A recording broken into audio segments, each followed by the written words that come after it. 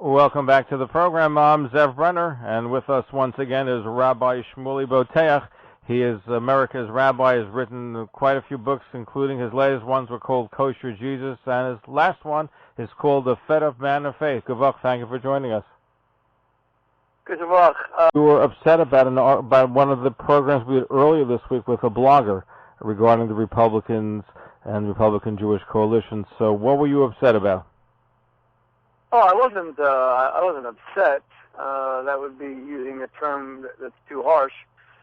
Some people from the Republican Jewish Coalition told me that Jacob Kornbluh, am I pronouncing that correctly? He's a blogger, correct? I don't know him. I met him a week ago. I'll get back to that in a moment.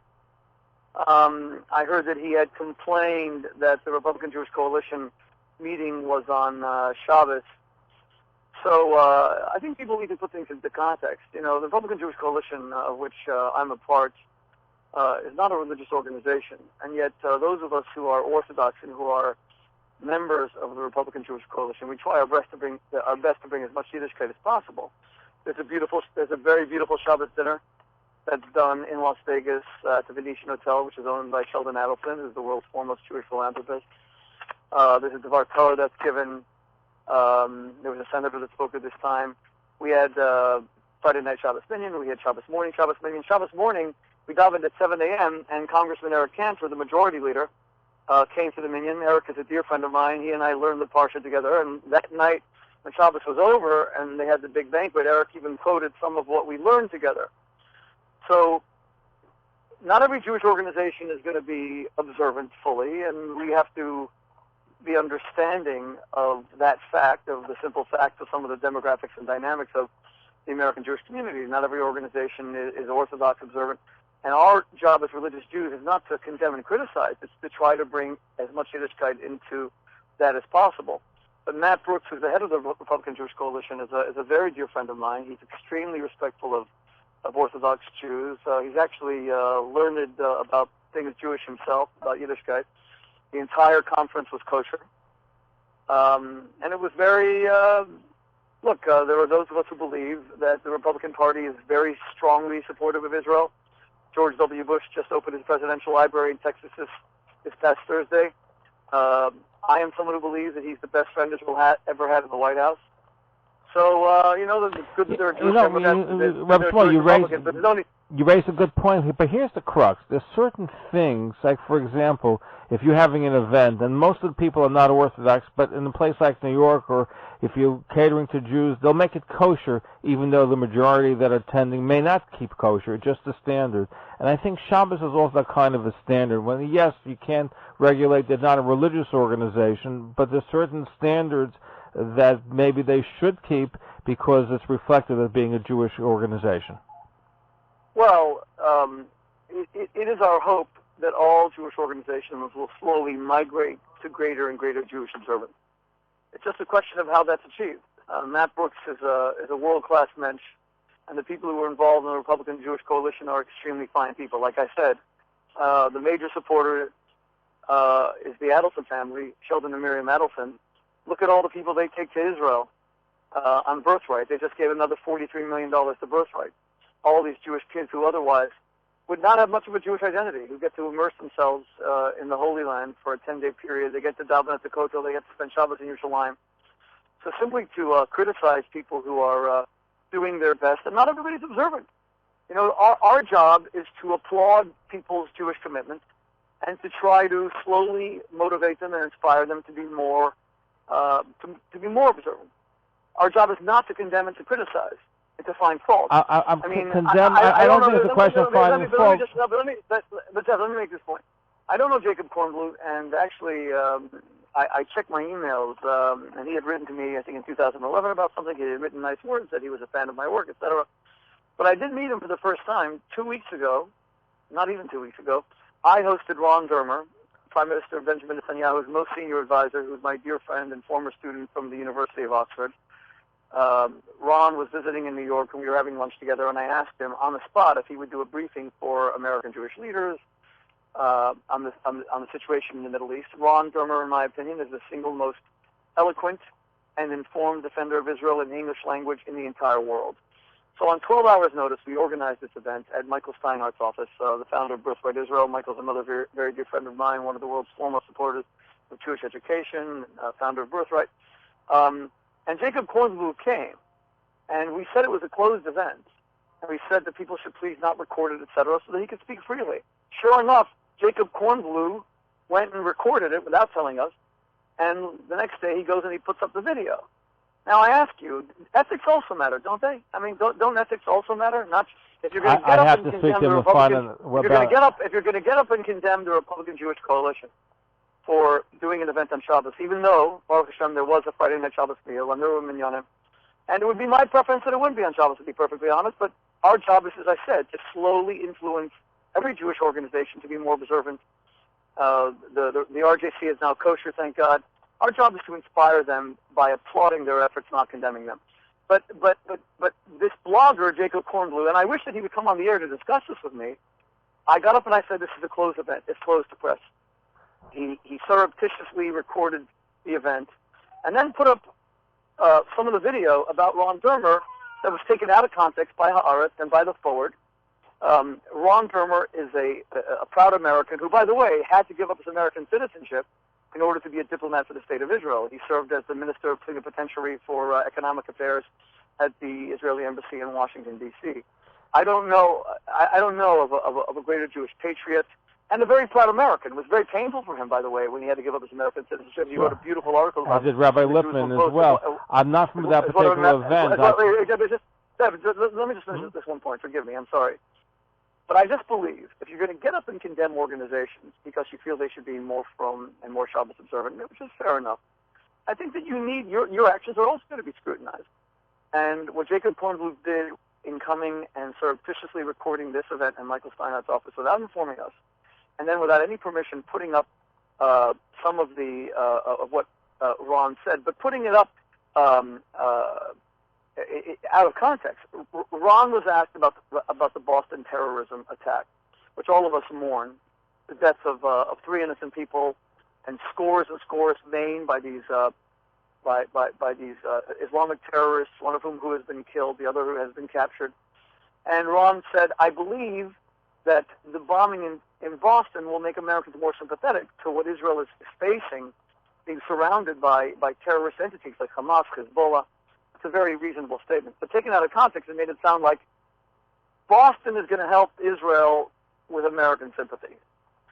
And then Haaretz did a story about that. And then the Forward did a story about that. And you take the most senior advisor to the Prime Minister of Israel, one of the finest human beings I know. Ron Dermer is truly one of the finest human beings I know, my student, my friend. And you make him look bad. So, if Jacob Kornbluh is listening, I would ask him, please come on the show, discuss this with me. Maybe you can explain to us why you came to an event where there was no charge, we invited people to come, he RSVP'd, we invited him in. You want to record something, then just ask permission. Just because sometimes people want to give closed briefings so they can be a little bit more free. I think everyone understands that.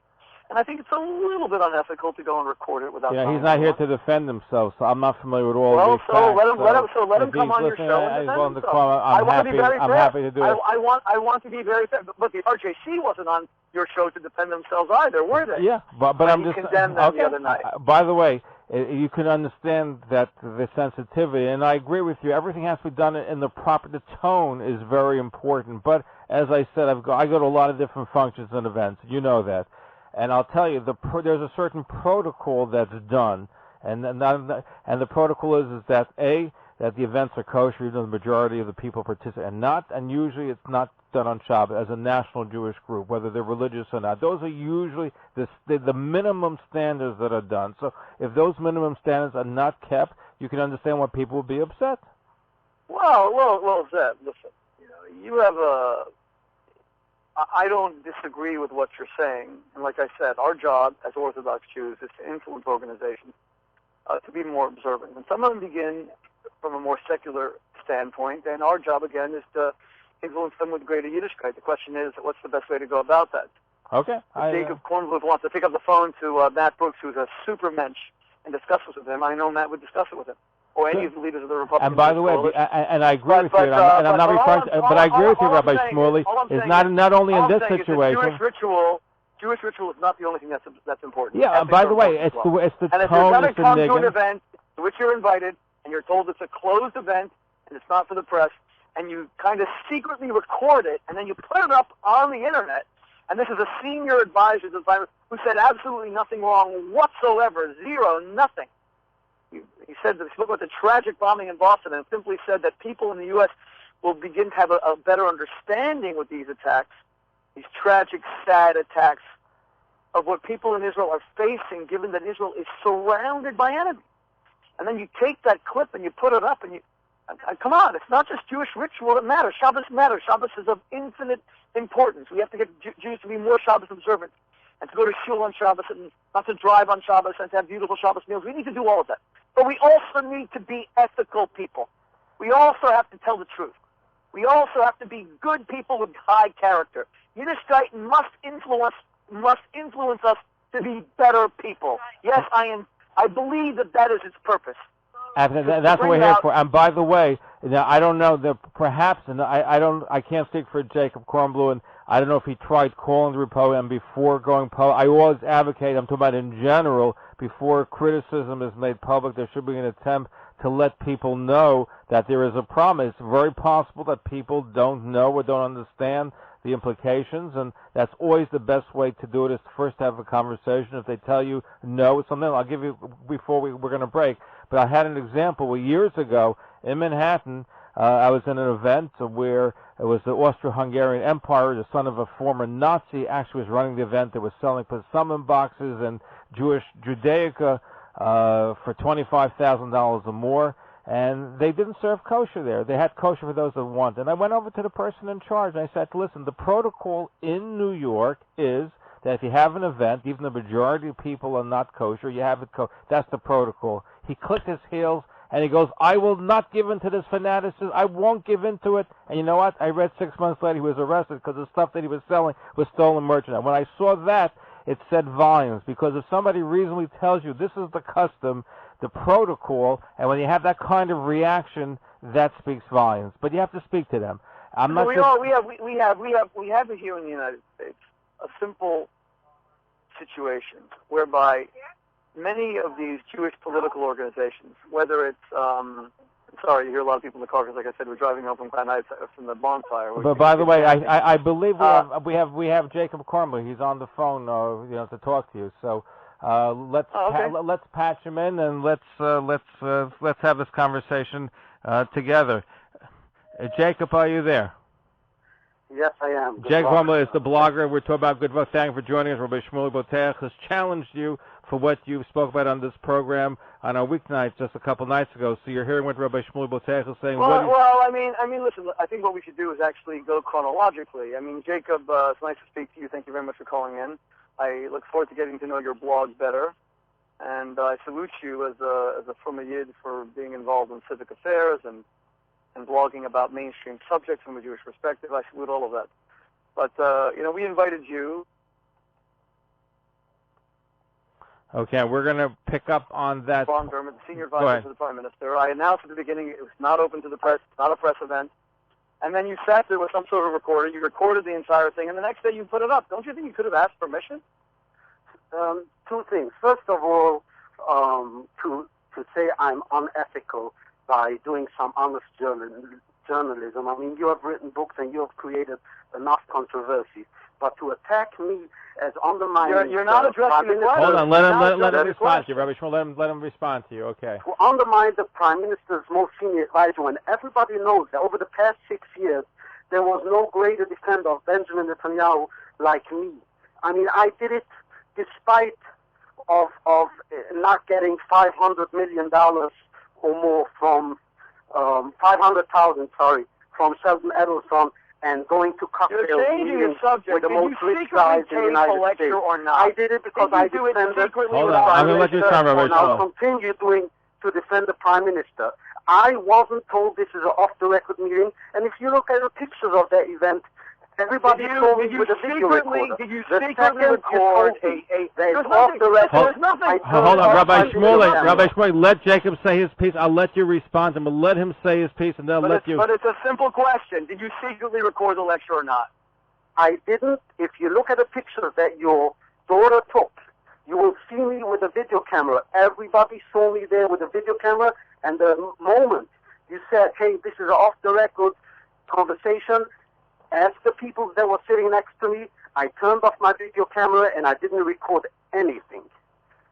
Okay, so you heard it was an off-the-record thing, and yet you still went and put it up on your blog. Is that correct? No, the Q&A I thought was a off-the-record, and the Q&A I didn't report anything I'm sorry. about the You Q&A. heard Only the entire was on event was video off the tape, record, and I without didn't asking take any anything permission, out you of went and put it context. up. You can do what you want. I'm just saying. Later you come and condemn the RJC. But You're going to open your mouth. Rabbi Shmuley, hold on, one at a time. Let's have a civil discourse. Rabbi Shmuley, I truly admire you on your convictions, on what you do for the Jewish community here in the United States, and or whatever you have done over the past 3 decades.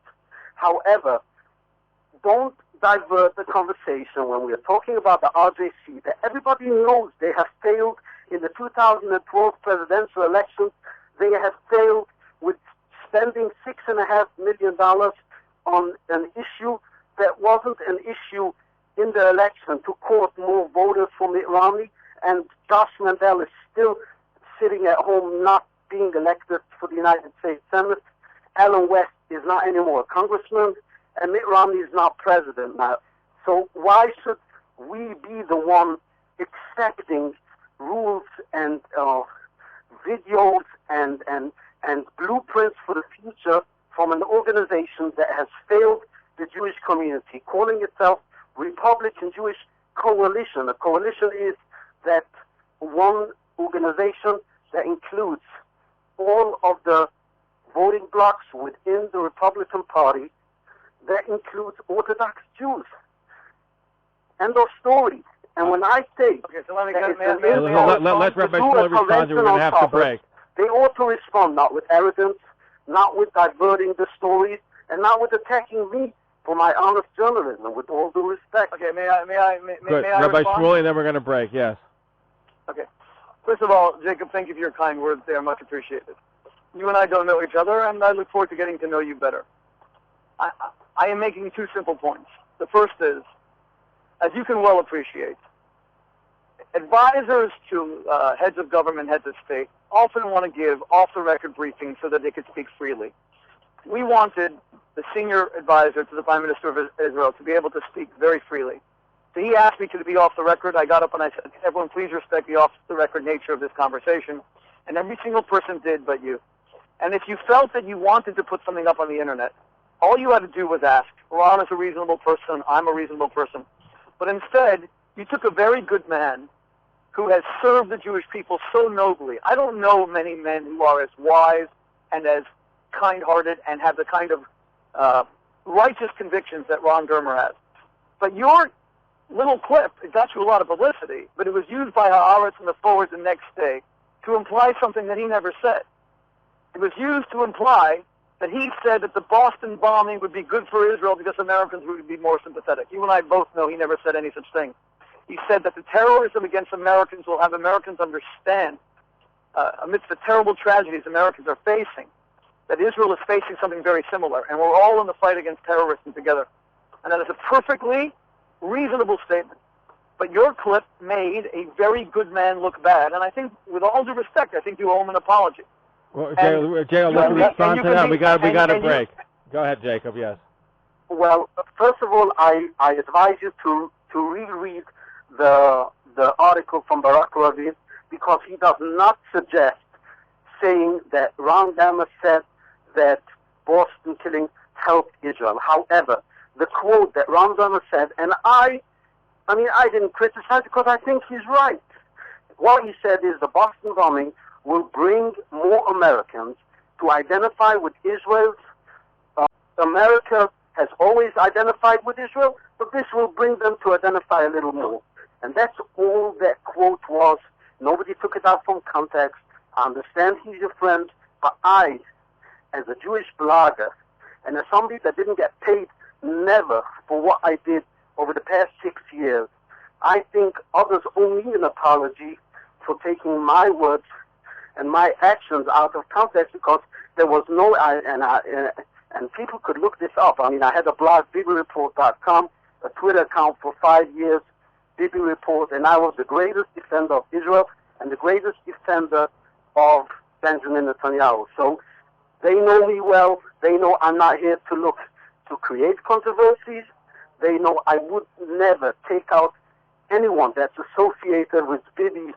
I wouldn't take them out of context or make them look bad, because that was not my intention. Then you should have told. Gentlemen, we're gonna have to break, and when we come back, we'll pick up on this conversation. If you want to email us, it's ev@talklinecommunications.com, or you can call us.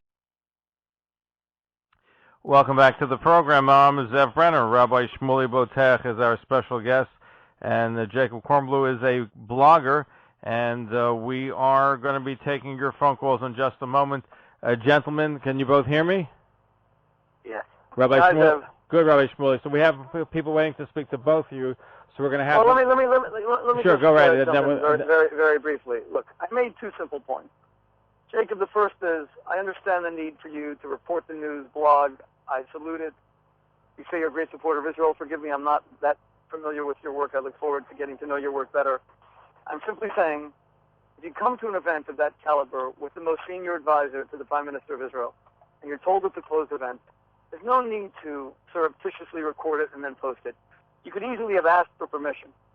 But if you're going to go on radio 2 days later and condemn the Republican Jewish Coalition for breaches of what you see as Shabbos observance, and I want all Jewish organizations to be more Shabbos observant, of course, and we religious Jews should work towards that goal in the right and proper way, then you have to understand that you face your own criticism, because Jewish ritual and Jewish ethics are both important. And I believe that you should probably reach out to Ron Dermer and apologize to him for putting that. Jacob, do you feel you need to apologize to him? Without his permission. I think you owe him an apology. And you and I both know that it appeared on the front page of Haaretz, which hasn't always been sympathetic to the policies of Rabbi Shmuley, but you asked that question and he answered. He said to you that he stopped recording once you said it was off the record. No. We said the entire event was off the record. We said the entire event was off the record. Jacob, I want to get to our phone calls. Jacob? Off the record. Let me just say this, Rabbi Shmuley. I didn't get $500,000 from Shadel Edelson to report any news about Israel or to defend the RJC. It's okay that you are part of that elite group that is looking to cocktail with most of the richest guys in the United States, only to claim they are representatives of Israel, they are representatives of Republican Jews. I never said any such thing. I'm an independent thinker, and I'm an honest you to my event. And what I do is report what's being said, and that's simply respect. Gentlemen, we're on the record right now. You made your point. Let's take some phone. We only a few moments, so let's take some phone calls at 212-769-1925. It's 212-769-1925. Moshe from Brooklyn, I think you have a question for Rabbi Shmuley Boteach, so I'll let you ask your question for Rabbi Shmuley Boteach. Do you hear me? Yes, go ahead, Moshe. Yes, this is Boo Boo, Moshe from Borough Park. How you doing, Jacob? How you doing, Rabbi Boteach? You guys are going off topic over here. The topic of conversation is, does the Republican Jewish Conference want to have Orthodox Jewish people join your organization? That's what Jacob wants to know. What is your response to that? Do you want to have more Orthodox Jewish from Borough Park, Travis, Williamsburg join? Right. It's a good question, and let me address it directly. Look, those of us who are Orthodox Jews who are Shabbos observant and would like to see Shabbos being universally observed by Jews everywhere, respected and observed, we confront a lot of challenges when it comes to political organizations, Jewish political organizations. For example, AIPAC's conference does not take place on Shabbos. It starts on Sunday morning. But most of the registration takes place on Shabbos. And people have respectfully said to AIPAC, perhaps it's best if you did the registration Saturday night. And you can register Saturday night, of course, but it starts on Shabbos day or Sunday morning.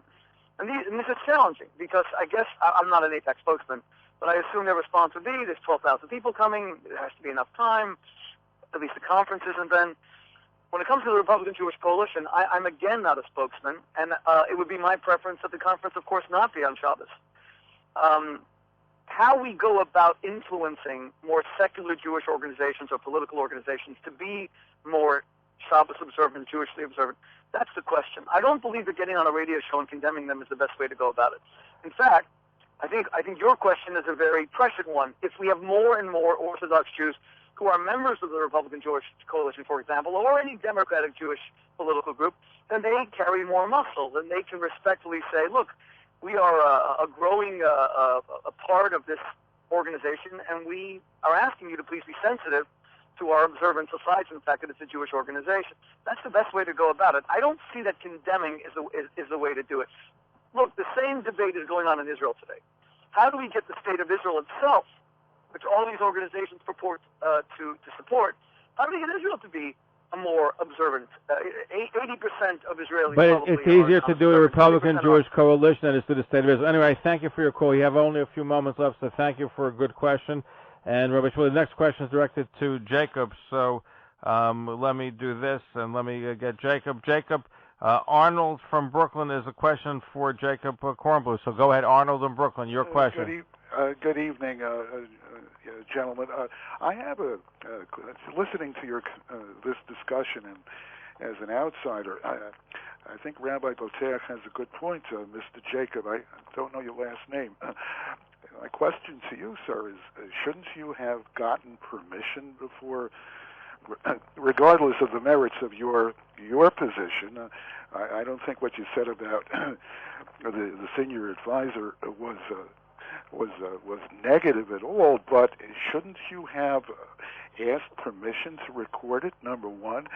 And Rabbi Boteach, I mean, I know this is after the fact. Let answer your question to Jacob because would you have agreed to allow this gentleman to write about it on his blog? Okay, go ahead, Jacob. You answer the question. First of all, my name is Jacob Kornbluh. You can Google me and you'll find all of my work that I do. To respond to your question, I was not asked to call in to discuss a private dispute maybe Rabbi Shmuley might have with me. If he wants to discuss it with me, I'll gladly meet him or talk with him on the phone. I was criticized for criticizing the RJC, its misconduct, and its failing the Jewish community. And if you want to ask me a question about that, I'll gladly be happy to answer. Sir, this was on the radio. Rabbi Boteach stated that you wrote about that conversation without his permission. So it seems an ethical violation. This is not a private conversation. Hire a lawyer, you made the statement on the radio. Talk with that, not over the radio. That's not my job. Is not to discuss any disputes with anybody. If they're organizer of the event or a Jewish leader, if they have any problem with my ethics or with my reporting, let them hire a lawyer, and we'll discuss that. This is not a discussion on the radio, and I really respect Rabbi Shmuley. I love him. He's a good guy. But this is not a topic that listeners want to hear. Anyway, we have a few moments left. But Arnold, thank you for your phone call. Let me get Rabbi Shmuley back in over here. Rabbi Shmuley, we have a moment left. Here's an email question for both of you. Zev, ask your guests why the Republicans threw an honorable man, Rick Santorum, under the bus. He had a very good chance of winning the presidency. Romney was on a not a winning streak. Well, look, I'm not a spokesman for the Republican Party either. I can only speak for myself. I ran for Congress. I was the Republican nominee from New Jersey 9. I believe that the Republican Party's record on Israel is stronger than the Democratic Party's record on Israel. I believe that George W. Bush was probably the best friend we ever had in the White House. And there are other compelling reasons why it was important for me to run as a Republican. The Republican Party, however, is not perfect. I was also very critical of the party on many things. I would like to see Jewish values inform and influence the policies of the Republican Party rather than Christian evangelical policies like opposition to gay marriage, abortion, contraception. I don't think that these three social values should define the party.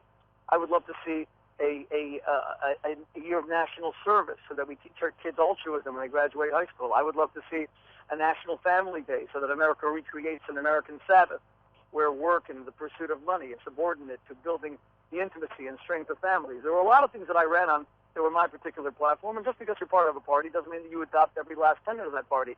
Well, let me also just say, I think it's wonderful that Jews are politically active in the Republican Party and the Democratic Party. I love America because it's a multi-party state. I don't want to live in China. I don't want to live in Russia. I want to live in a real democracy. So let me ask you, Jacob, would you work with the Republican Jewish Coalition? Are you upset at them that you're totally turned off? Where are you coming from? Let me tell you this. The Republican Jewish Coalition, if it vows to represent the entire Republican Jewish community, it should appoint an ultra-Orthodox guy on their board. They should do some research, and mostly they should support candidates on the ballots, not only handpicked by them. But to address Rabbi Shmuley's concern about Israel, yes, George W. Bush was the best friend to Israel. But to quote Prime Minister Netanyahu and Ron Dermer, his advisor, President Obama did unprecedented things to secure Israel. Whatever he has done much more than President Bush, despite the fact that President Bush was clearly a good friend of the Jewish community. The issues that American voters have are domestic issues, Jewish education, if you will. It's about the economy. It's about values. And the Republican Party absolutely is a home for American Jews, but you need to reach out to them. You need to educate them. You need to have some sympathy to them, some sensitivity to their values, and most of all, not claim to be a coalition dropping out 50% of your electorate. Anyway, I want to thank both you gentlemen for being here with us. Jacob Kornbluh, with the well-known blogger, Rabbi Shmuley Boteach. I was going to say the universes. Would that be a proper title? The universes, Rabbi?